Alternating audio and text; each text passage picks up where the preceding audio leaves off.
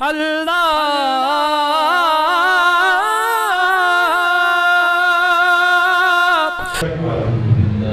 الشيطان الرجيم بسم الله الرحمن الرحيم الحمد لله رب العالمين والصلاة والسلام على سيد الأنبياء والمرسلين أما بعد فأعوذ بالله من الشيطان الرجيم بسم الله الرحمن الرحيم الحمدللہ آج 49 عرس مبارک حضرت پیر سید ناظر حسین زنجانی رحمت اللہ تعالیٰ علیہ، اولاد پاک حضرت میرا حسین زنجانی رحمت اللہ تعالیٰ علیہ، پیر بھائی حضرت داتا کچھ بخش علی جویری رحمت اللہ تعالیٰ علیہ کا آغاز ہوا جاتا ہے۔ ہم آج کی جو گفتگو ہے، جو انشاءاللہ تلاوت کے دوران، نعت کے دوران جب مجھے موقع ملے گا، اس کا جو موضوع ہوگا وہ حسن مصطفیٰ صلی اللہ علیہ وآلہ وسلم ہے۔ اصل میں یہ عرس پاک جو ہے، الحمدللہ بھی اپنے ظہر کی نماز با جماعت ادا کی، اس کو ہم نے خاص طور پہ جشن عید میلاد النبی صلی اللہ علیہ وآلہ وسلم کے زیر سایہ رکھا ہے۔ یعنی اصل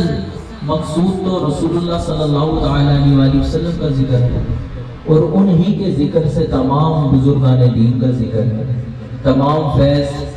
جو چلتے ہیں وہ رسول اللہ صلی اللہ علیہ وآلہ وسلم ہی کی طرف سے چلتے ہیں، یہ آگے سارے ان کے جشن ہیں۔ تو یہ عرس مبارک بھی جشن عید میلاد النبی صلی اللہ علیہ وآلہ وسلم کے زیر سایہ ہے۔ تو پھر میں نے سوچا کہ اس سال جو میں اپنی گفتگو کا موضوع رکھوں گا وہ رسول اللہ صلی اللہ علیہ وآلہ وسلم کا حسن مبارک، تاکہ جو 2 ایام بعد 12 ربیع الاول شریف صلی اللہ علیہ وآلہ وسلم آ رہی ہے، یعنی کل رات سے ہی آغاز ہے مغرب کے بعد سے، تو ہمیں اس میں لطف زیادہ ہے۔ جتنا اپنے محبوب کا زیادہ پتہ ہوگا، جتنا کہیں جانا ہونا ہمیں پتہ ہو کہ سفر لیفٹ مڑیں گے تو یہاں سے ہم ہوتے ہوئے شارٹ کٹ میں رائٹ ہوں گے تو اس جگہ پہ جلدی پہنچ جائیں گے۔ اگر ہم اتنے بجے پہنچیں گے تو اس وقت کا ماحول کچھ اور ہوگا، رات کو لیٹ نائٹ پہنچیں گے تو ہو سکتا ہے ہوٹلز بند ہو چکے ہوں، پریشانی کا سامنا کرنا پڑے، پھر صبح کوئی رہنما آئے گا، وہ بتائے گا، پھر ہمیں کہیں پہ کوئی گائیڈ ہوگا تو اس شہر کے بارے میں معلومات ملتی ہیں، تو بندہ مسافر جو ہے وہ، تو ہم چونکہ 1400 سال بعد آئے ہیں تو ہم نبی پاک صلی اللہ علیہ وآلہ وسلم کے اگر حسن کے بارے میں جتنا زیادہ سنیں گے، سمجھیں گے، سیکھیں گے، اتنا ہی زیادہ تڑپ آپ علیہ السلام کی ہمارے دل میں بڑھے گی۔ اور عشق کا دعویٰ ہر کوئی کرتا ہے، لیکن عاشق کا پتہ ہی نہ ہو کہ عاشق، یعنی آپ کا محبوب کا پتہ ہی نہ ہو کہ محبوب ہیں کیسے، تو خالی عشق کرنے سے تو مزہ نہیں آئے گا۔ ہمیں پتہ ہو کہ ان کی زلفیں آخر کیوں کہہ گئے چند بدر شاشانی ہے، بول رہا شریف آخر کیوں کہہ گئے بریلی کے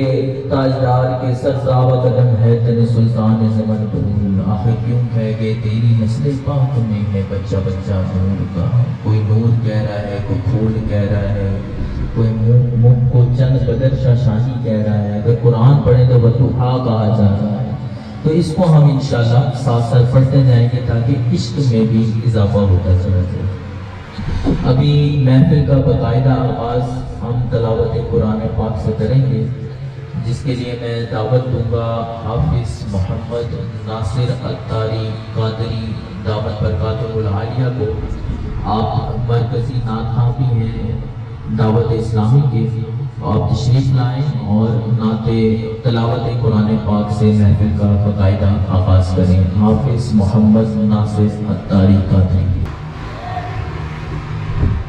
أعوذ بالله من الشيطان الرجيم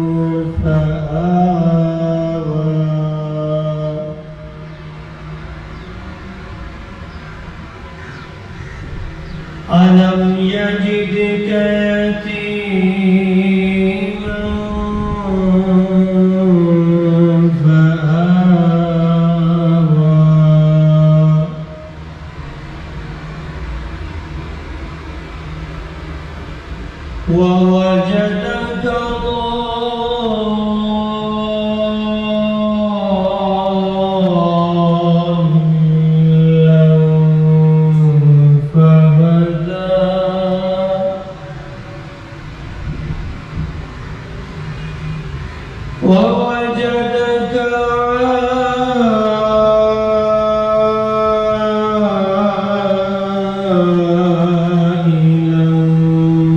فأغنى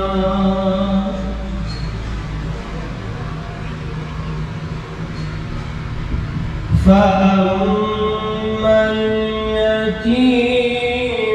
فلا تقهر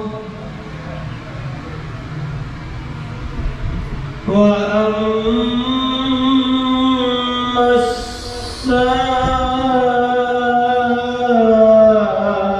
السائل فلا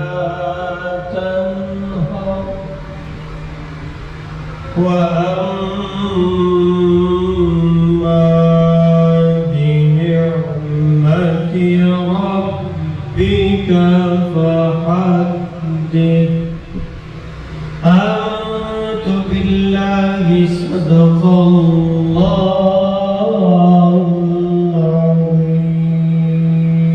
ماشاءاللہ اللہ تبارک و تعالیٰ کی آواز میں مزید برکتیں اور رحمتیں قرآن پاک کی برکت سے نازل فرمائیں۔ رات خبر سننے کو ملی الحمدللہ مکہ شریف میں کل رات سے، یعنی جو کل رات آئے گی انشاءاللہ کعبۃ اللہ کا طواف بھی عام عوام کے لیے کھول دیا جائے گا۔ یہ ایک خوشی کی خبر ہے جو دل کو سکون کا باعث بنی،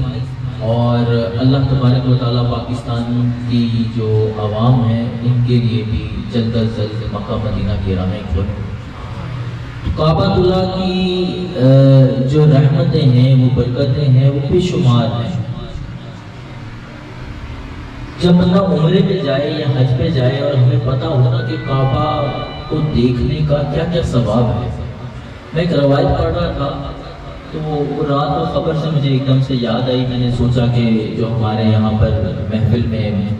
حاضرین ہیں کہ گوش گزار کروں کہ جو شخص کعبۃ اللہ کو محبت کی نگاہ سے دیکھتا ہے، ٹکٹکی لگا کے وہاں بیٹھا ہے نا، طواف کر لیا، نماز پڑھ لیا، کوئی کام نہیں ہے، بس کعبہ کو محبت کی نگاہ سے دیکھی جا رہا ہے کہ اللہ کا گھر ہے، تو رب فرماتا ہے اس کو بخش دیا گیا۔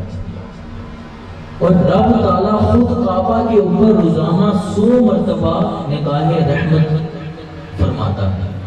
60 طواف کرنے والوں کے لیے ہوتی ہیں، 40 اہل مکہ کے لیے ہوتی ہیں، 20 اہل مکہ کے لیے ہوتی ہیں،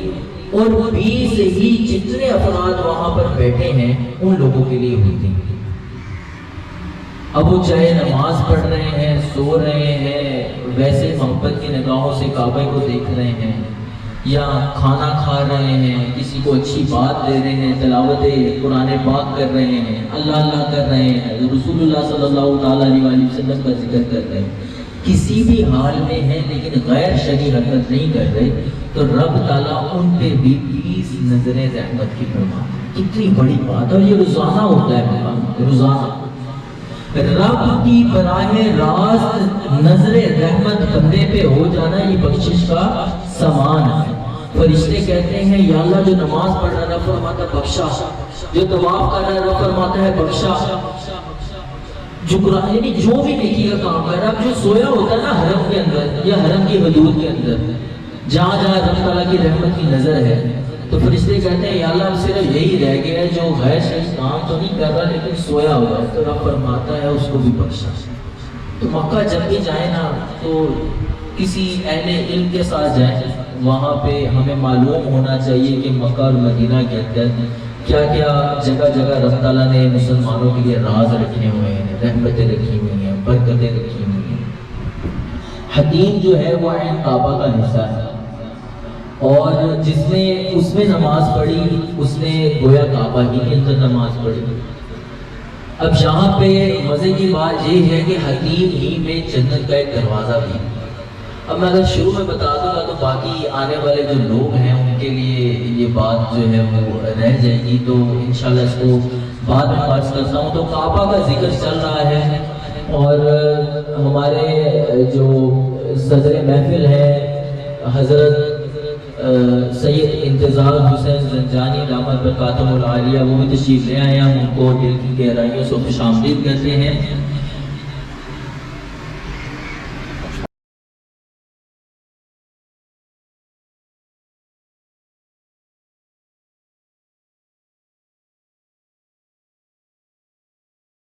اور انشاءاللہ پھر محفل جو ہے وہ رسول اللہ صلی اللہ تعالیٰ علیہ وآلہ وسلم کی نعت خوانی سے ہوتی ہوئی بیان، چادر پوشی، اور انشاءاللہ بعد جماعت اثر کی نماز یہیں ادا ہو کے لنگر کا سلسلہ ہوگا۔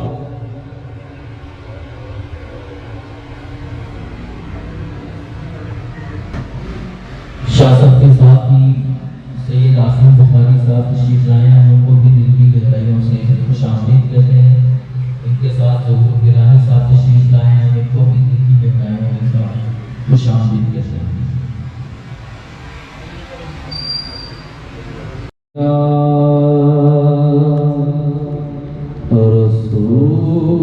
رسول اللہ وسلم علیہ یا حبیب اللہ۔ ہمارے شاہ صاحب حسن مصطفیٰ کا تذکرہ فرما رہے تھے، تو جب وہ ایسا حسین چہرہ ہے، ایسی خوبصورت زلفیں ہیں، ایسا جلوہ ہے کہ جو اس جلوے کو دیکھتا ہے بس دیکھتا ہی چلا جاتا ہے۔ اس شاہکان رسول کی یہ تمنا کیوں نہ ہوگی کہ کاش ہمیں بھی حسن مصطفیٰ کے جلوے آج بھی نصیب ہو جائیں، ہمیں بھی مصطفیٰ کا نظارہ نصیب ہو جائے۔ اور نبی کریم علیہ السلام فرماتے ہیں من رآنی فقد رأى الحق، من رآنی فی المنام فقد رآنی، فرمایا جس نے مجھے خواب میں بھی دیکھا نا اس نے مجھے ہی دیکھا، اس نے حق اور سچ کو دیکھا، اس نے درست دیکھا۔ لا یتمثل الشیطان بی، شیطان خواب میں بھی میری صورت اختیار نہیں کر سکتا۔ یعنی رب نے چہرہ مصطفیٰ بنایا ہی ایسا ہے کہ شیطان خوابوں میں اور صورتیں تو اختیار کر سکتا ہے، لیکن چہرہ مصطفیٰ وہ چہرہ ہے، وہ خوبصورت جلوہ ہے کہ شیطان خواب میں بھی یہ چہرہ اختیار نہیں کر سکتا۔ تو اعلیٰ حضرت امام اہل سنت، امام عشق و محبت، امام احمد رضا خان علیہ رحمت الرحمن طلب کرتے ہیں، التجا کرتے ہیں بارگاہ مصطفیٰ میں کہ مجھے بھی وہ چہرہ دکھا دیا جائے۔ اٹھا دو پردہ دکھا دو چہرہ کہ نور باری حجاب میں ہے، اٹھا دو پردہ دکھا دو چہرہ کہ نور باری حجاب میں ہے، زمانہ تاریک ہو رہا ہے کہ مہر کب سے نقاب میں ہے، اٹھا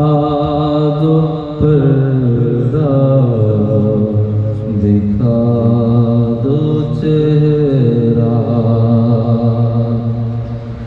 اور انہی کی بو